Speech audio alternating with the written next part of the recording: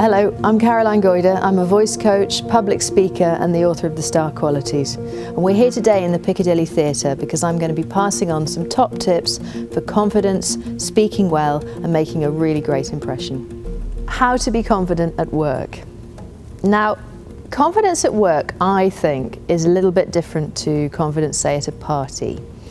Because when you're at work, confidence is only useful if you're actually doing a really great job. There's a danger in being overconfident, I would say, at work, especially if you're starting out.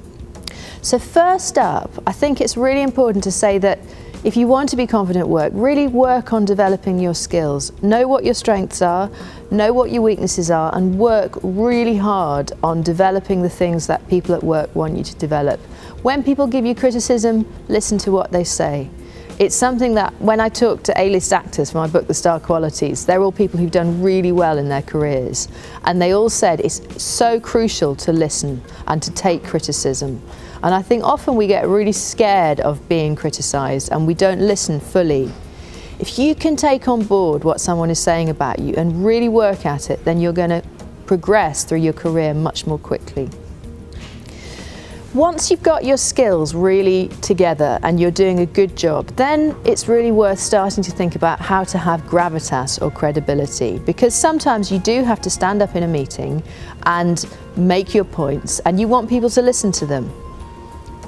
Things to think about are, there's a good rule called you've got to be an oaf. And what I mean by that is that if you want to make a big impact in a meeting, you have to set your outcome. You have to decide what you want from that meeting. Do you want to get a laugh? Do you want to get people's business cards? Do you want to get people to buy into a project that you want their buy-in from? What is it that you need? Then you need to be aware of their responses. You've got to really listen, pay attention, notice how they're taking in what you're saying. Then you've got to be flexible. So you can't be too fixed. You've got to respond to what they're giving you. And if you do that, you'll start to have more influence.